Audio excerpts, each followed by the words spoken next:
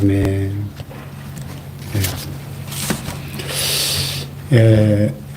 조폭의 키워드는 폭력입니다. 은행의 키워드는 돈입니다.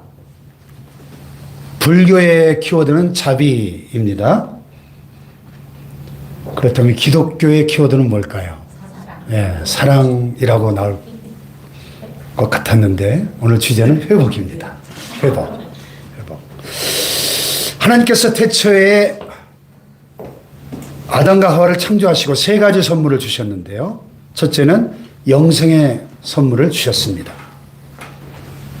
창세기 2장 7절에 보면 여호와 하나님이 땅의 흙으로 사람을 지으시고 생기를 그 코에 불어넣으시니 사람이 생명이 되니라 그랬거든요.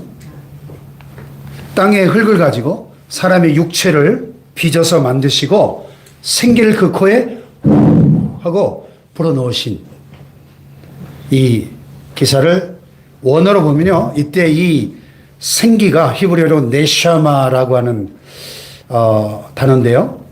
이 네샤마라는 단어는 구약성경에서 루아흐라는 단어와 함께 숨, 바람, 호흡, 영 이런 뜻으로 사용되어 있는 단어입니다. 하나님의 숨, 하나님의 영, 하나님의 생명, 즉 영원한 생명을 그 사람의 코에 불어넣으실 때 흙덩어리에 불과했던 그 몸이 생령이 되었다. 생령. 생령이 히브리어로 네페시인데요. 네페시. 이 생령, a living soul, 살아있는 영혼을 가진 존재가 되었다. 하나님의 생명을 부여받은 존재가 되었다.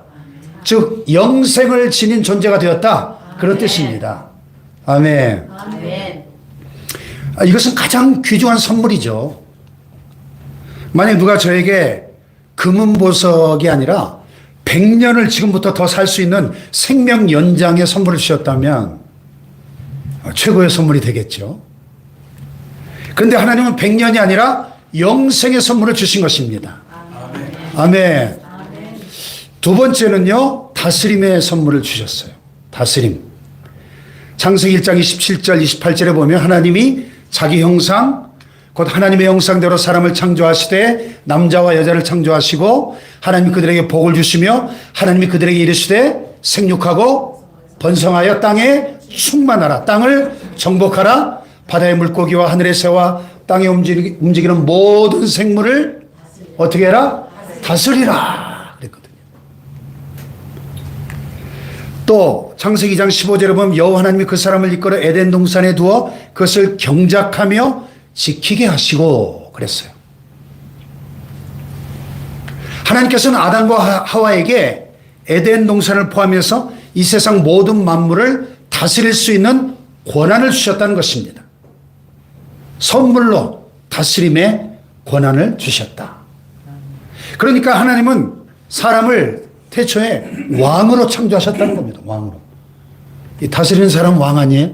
모든 만물을 다스리니까. 만약 누가 저에게 대통령직을 선거로가 아니라 선물로 거저 주었다면 큰 선물이겠죠. 예. 세 번째는 관계를 선물로 주셨어요. 관계. 하나님께서는 아담과 하와에게 영생이라는 생명과 다스림이라고 하는 왕권을 좋은 선물로 주셨습니다. 그리고 무엇보다 중요한 것은 하나님과 관계를 맺고 그 관계를 누릴 수 있는 선물을 주셨습니다. 만약 누군가 저에게 대통령과 관계를 맺고 대통령과 마음대로 교제할 수 있는 권한을 주었다면 큰 선물일 것입니다. 그런데 하나님과 관계를 맺고 하나님과 마음대로 교제하며 사귈 수 있는 관계를 선물로 주셨다면 그것은 그야말로 최고의 선물인 줄로 믿습니다. 아멘. 할렐루야. 아멘. 그런데요,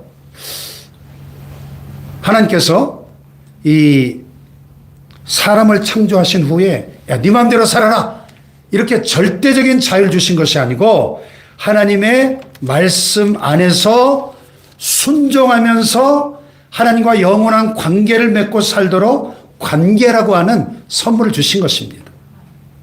그래서 창세기 2장 16절 17절에 보면 여호와 하나님이 그 사람에게 명하여 이르시되 동산 각종 나무의 열매는 내가 임의로 먹되 선악을 알게 하는 나무 열매는 먹지 말라. 네가 먹는 날에는 반드시 죽으리라 하시니라. 네, 이 사진이 선악과는 아니에요. 제가 갖고 있는 이미지 자료 중에 보니까 야, 저런 보라색 열매가 다 있더라고요. 하도 특이해가지고 선악과가 뭐 어떻게 생겼는지 모르죠. 우리가 본 적이 없으니까. 참고로 그냥 올린 겁니다. 네. 자, 어떤 분들은 그래요. 왜 하나님은 선악과를 만들어가지고 인간이 죄짓게 만들었느냐. 그런데요. 보세요. 하나님께서는 아담과 하와가 하나님과 올바른 관계를 유지하면서 살기를 원하셨습니다. 하나님은 창조주시고 아담과 하와는 지음을 받은 피조물이에요. 여러분, 창조주와 피조물은 하늘과 땅 차이인 것입니다. 근본적으로. 그렇죠? 예. 그래서 창조주와 피조물 사이에 올바른 관계가 유지되려면 조건이 필요했는데 그 조건이 뭐냐? 단 하나. 선악과를 따먹지 말라는 것이었습니다. 절대적 소유주이신 하나님과 에덴 동산을 경작하고 지키는 동산지기에 불과한 아담과 하와 사이에 선악과를 먹지 말라고 하는 그 유일한 계명에 아담과 하와가 인격적으로 순종함으로써 관계가 유지되어야 올바른 관계일 수 있었다는 것입니다. 이해가 되시면 아멘 합시다. 네.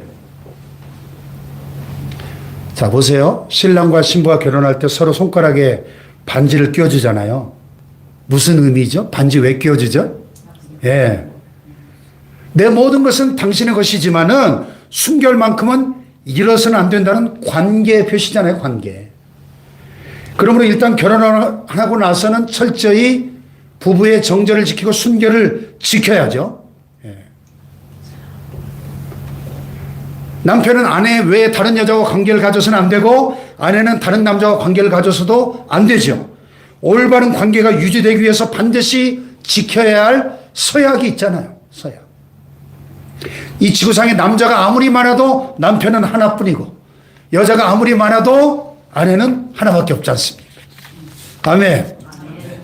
마찬가지로 창조주신 하나님과 피조물인 아담 하와 사이의 올바른 관계가 유지되기 위해서는 선악과를 먹지 말라 하신 하나님의 명령에 아담과 하와가 순종해야만 했던 것입니다. 아멘. 근데 아담과 하와가 어떻게 했어요? 선악과를 따먹고 말았죠.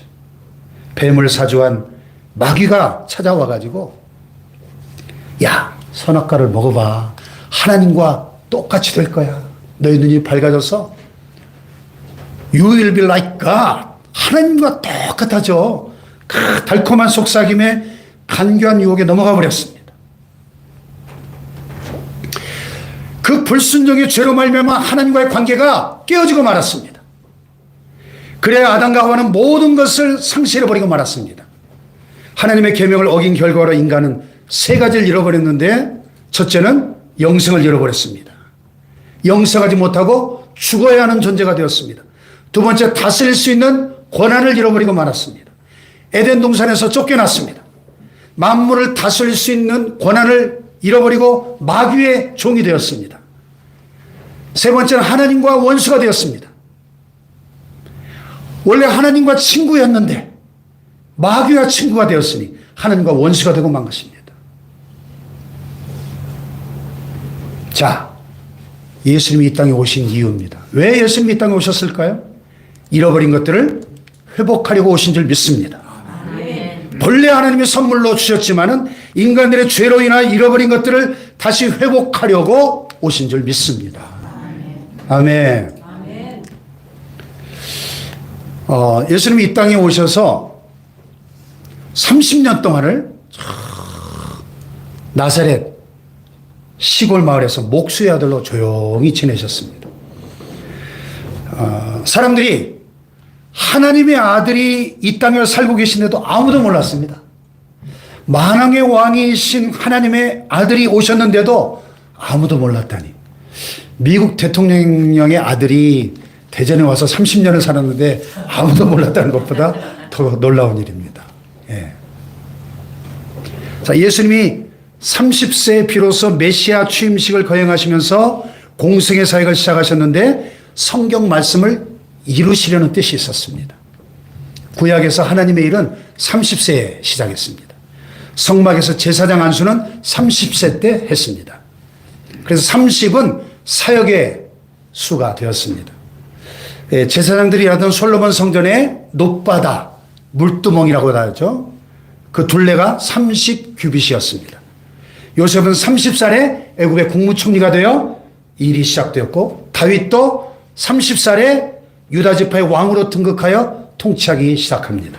세례 요한도 30살에 예수님의 앞길을 예배하는 사역을 시작합니다. 자, 예수님께서 30세 메시아 취임식 때 하셨던 취임사가 뭐예요? 누가복음 4장 18절 19절이죠. 다 같이 한번 읽어볼까요? 시작. 주의 성령이 내게 임하셨으니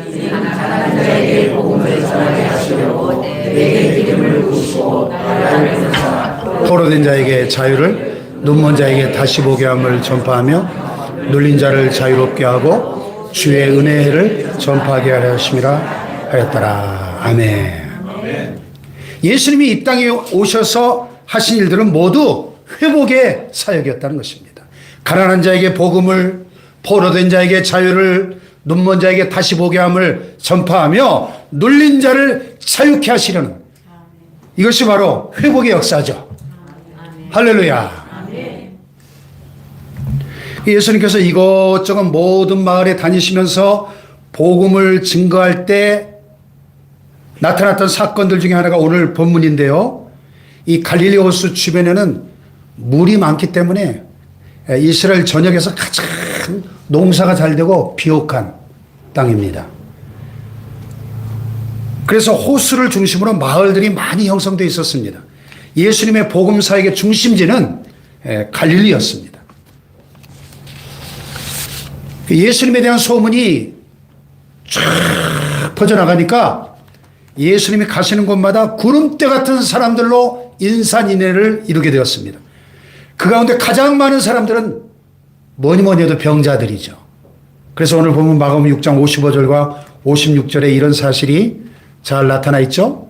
같이 한번 읽어볼까요? 시작. 그 온 지방으로 달려 돌아다니며 예수께서 어디 계시단 말을 듣는 대로 병든 자를 침상째로 메고 나오니 아무데나 예수께서 들어가시는 지방이나 도시나 마을에서 병자를 시장에 두고 예수께 그의 옷가에라도 손을 대게 하시기를 간구하니 손을 대는 자는 다 성함을 얻으니라. 아멘. 예수님을 만나서 예수님의 옷가에라도 손을 댄 자들은 다 어떻게 됐어요? 성함을 얻었대요. 이 회복이죠, 회복. 다 회복되었습니다. 예수님은 회복이십니다. 예수님을 믿는다는 것은 회복을 의미합니다. 예. 다 같이 예수님은 회복이시다. 아멘. 자, 그렇다면 회복하려는 사람은 어떤 자세를 가져야 할 것인가? 첫째로 믿음을 가져야 합니다. 믿음을. 먼저 예수님을 만나면 회복이 된다는 사실을 믿어야 합니다. 아멘. 예수님의 소문을 듣기는 들었는데 집안에만 그냥 가만히 앉아있는 사람들은 회복되지 않았습니다. 물론 의사를 찾고 약에 의지하는 사람은 일시적으로 고침을 받았을지도 모릅니다. 그러나 예수님을 만나면 회복된다고 하는 사실을 믿고 예수님을 만난 사람들은 누구나 다 성함을 얻었습니다. 할렐루야. 온전한 회복을 경험한 거예요. 그러므로 무엇보다 예수님을 만나면 회복된다는 믿음을 가져야 될 줄 믿습니다. 할렐루야. 두 번째는 침노해야 합니다. 침노. 믿음만 갖는다고 저절로 회복되는 것은 아닙니다. 예수님을 만나야 합니다. 기어코 찾아야 합니다. 오늘 본문에 보면 아무데나 예수께서 들어가시는 지방이나 도시나 마을에서 병자를 시장에 두고 예수께 그의 옷가에라도 손을 대게 하시기를 간구하니 손을 대는 자는 다 성함을 얻으니라. 아멘. 마태복음 11장 12절에 보면 세례 요한의 때부터 지금까지 천국은 침노를 당하나니 침노하는 자는 빼앗느니라. 아멘. 예수님의 메시아삭을 준비하러 왔던 세례 요한의 때부터 시작해서 천국은 오늘까지 침노를 당하기 시작했다. 그러므로 천국은 침노하는 자가 빼앗는 것이다. 이렇게 말씀했어요. 임진왜란 때 왜군들이 조선 땅을 침노해서 그냥 순식간에 조선 땅 전체를 다 빼앗았지 않습니까? 6.25 때 김일성이 남한 땅을 기습 침노해가지고 낙동강 이남을 제외하고는 거의 전국이 다 점령당했었지 않습니까? 그와 같이 천국은 침노하는 자가 빼앗는 것이다. 무슨 뜻입니까? 천국은 이와 같이 적극적인 자세로 침노하는 자들의 것이다. 그런 뜻입니다. 아멘. 자, 예수를 만나 회복된 사람들을 보세요. 복음서에 공통점이 하나 있어요. 적극적인 자세로 침노하는 자세로 예수님을 찾아가 만납니다. 아멘. 예수님이 마을로 가면 마을로 찾아갑니다. 예수님이 도시로 가면 도시로 찾아갑니다. 예수님이 촌으로 가면 촌으로 찾아갑니다. 사람이 너무 많아 들어갈 수 없으면 지붕으로 올라가서 천장을 뜯어내고 팔아내립니다. 예수님은 숨을 수가 없는 분이었어요. 침노하는 자에게 오늘도 회복의 역사가 일어난 줄 믿습니다. 아멘. 할렐루야. 아멘. 세 번째로 버릴 것을 버려야 돼요.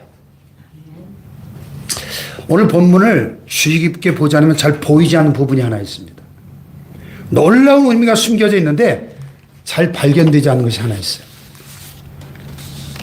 자, 병자들이 회복을 위해서 예수님의 옷가에 손을 대었더니 손을 대는 자마다 어떻게 돼요? 다 성함을 얻었대요. 옷가에 손을 댄다는 이 부분에 특별한 깊은 의미가 있습니다. 성경을 연구하지 않으면 그냥 보면 절대 안 보이는 부분인데 이 옷가를 원어에 보면 헬라어로 크라스페돈, 히브리어로 치치트라는 말인데요. 오늘 또 다른 본문 민수기 15장에 나오는 술이에요. 술. 하나님께서 이스라엘 백성들에게 이렇게 명령하셨어요. 여호와께서 모세에게 말씀하여 이르시되 이스라엘 자손에게 명령하여 대대로 그들의 옷단 귀에 술을 만들고 청색끈을 그 귀에 술에 더하라.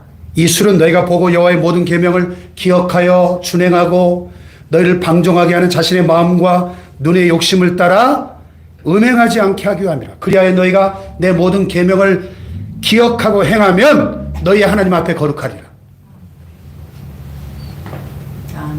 대대로 옷단 귀에 술을 달고 다니라 하나님께서 말씀하셨기 때문에 모세 시대부터 오늘날까지 이스라엘 백성들은 다 술을 달고 다닙니다. 술을. 물론 유대인들 가운데 예수님을 믿는 소위 메시아닉 주스라고 하죠. 지금 예수님을 영접한 믿는 유대인들이 굉장히 많아졌거든요. 수십만 명으로 늘어났는데 그들도 다 술을 달고 다닙니다. 예수님도 유대인이셨기 때문에 분명히 이 술을 달고 다니셨을 것입니다. 12회를 혈루증을 앓던 여인도 예수님의 뒤로 와서 예수님의 옷을 만졌다. 마가복음 5장에 기록하고 있는데 이 옷이 바로 이 술, 크라스페돈, 헬라어로 치치트예요. 치치트. 예수님 당시 외식하던 서기관과 바리새인들은 사람들에게 자랑하려고 이 옷을 크게 만들어 달고 다니다가 예수님께 책망받은 적이 있죠. 히브리어로 치치트라고 이름했던 이 술에는 반드시 청색을 넣어서 짜야 했습니다. 성경에는 몇 가닥으로 짜야 하는지 구체적인 기록까지는 없는데 이스라엘 백성들은 이 치치트를 짤 때 8개의 실로 반드시 5매듭을 지어서 만들고 있다고 합니다. 성경에서 청색은 생명을 의미해요. 이렇게 계명을 지키는 것이 생명을 지키는 것이다. 그런 뜻입니다. 아멘. 그리고 나머지 실은 흰색인데 흰색은 성결을 의미해요. 하나님의 계명을 지키며 성결하게 살아야 한다. 그런 의미입니다. 아멘. 그런가 하면 이 치치트라는 단어에는 613이라는 숫자적으로 의미가 있는데요. 하나님이 주신 계명을 지킨다는 의미로 이 치치트를 달고 다니는 것입니다. 근데 하나님 주신 계명이 모두 613가지예요. 하나님께서 모세에게 시내산에 주신 율법이 총 613가지입니다. 그 율법을 양피지 두루마리에 다 쓰고 나면 히브리어가 60만 글자가 됩니다. 공교롭게도 이스라엘 백성들이 시내산 아래서 장정만 60만 명이 진치고 있을 때 율법을 받았습니다. 예. 더 신비한 것은 이 613이라는 이 숫자는 248과 365로 구성되어 있는데 금령어 하지 말라 하는 율법이 365가지, 명령어 즉 하라 하는 율법이 248가지입니다. 근데 참 흥미로운 것은 우리 사람의 뼈 마디마디가 모두 248마디입니다. 그래서 뼛속 깊이 하나님의 말씀을 아로새게 한다 그런 의미예요. 그리고 인체의 혈관의 수가 총 365개라는 거예요. 혈관의 수가. 그리고 1년이 365일이잖아요. 그래서 온 핏줄마다 온 뼈 마디마디마다 하나님의 말씀을 속속들이 집어넣고 1년 365일 날마다 지키면서 살아야 한다. 그런 의미를 강하게 가지고 있는 것입니다. 아멘. 아멘. 또 이 치치트 속에는 613이라는 이 의미가 있는데 이 치치트라는 단어의 히브리어를 분석해 보면요. 첫 알파벳 차대는 히브리수로 90이에요. 두 번 나오니까 모두 180이죠. 그 다음에 요드는 히브리수로 10인데 요드가 두 번 들어가 있어서 20이죠. 그 다음에 마지막 맨 끝에 타브가 있는데 이것은 400을 의미합니다. 그러니까 전부 합하면 180 더하기 20 더하기 400 하면 600이죠.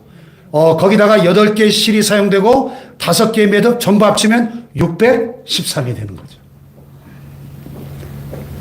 야, 이걸 누가 이렇게 다 계산해냈는가? 심나이라는 랍비가 성경에 하나님께서 지시하신 이 치치트를 오늘날의 것으로 613이라는 의미를 부여해서 이렇게 만들었다는 거죠. 야, 참 엄청나게 깊죠. 네.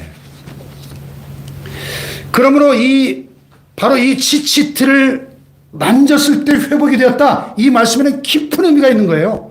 이 치치트를 달고 다니는 목적이 있었거든요. 이 술은 너희가 보고 다 같이 이 술은 시작. 이 술은 너희가 보고 여호와의 모든 이름을 기억하여 행하며 너희를 방종하게 하는 자신의 마음과 너희의 입술을 따라 은혜하지 않게 하려 함이라. 아멘. 바로 이 한 구절 속에 이 치치트의 모든 비밀이 다 들어 있습니다.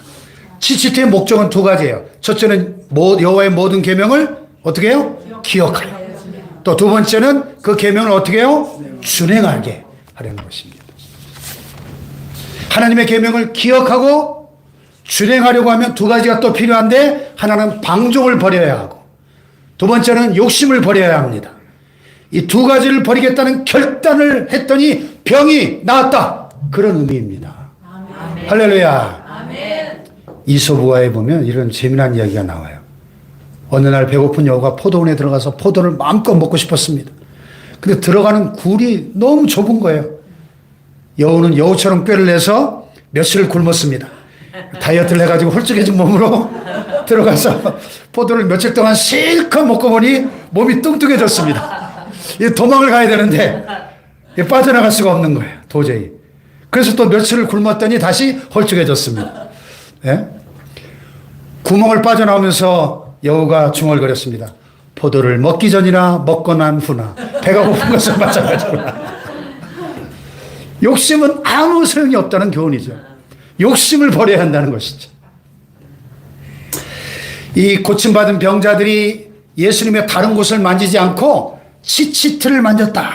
그런데 오늘 이야기에 이 핵심이 들어있어요. 이스라엘 백성들이 이 치치트를 잡았다는 것은 하나님, 나는 모든 것을 상실했습니다. 병들었습니다. 그러나 회복을 위하여 하나님의 말씀을 기억하겠습니다.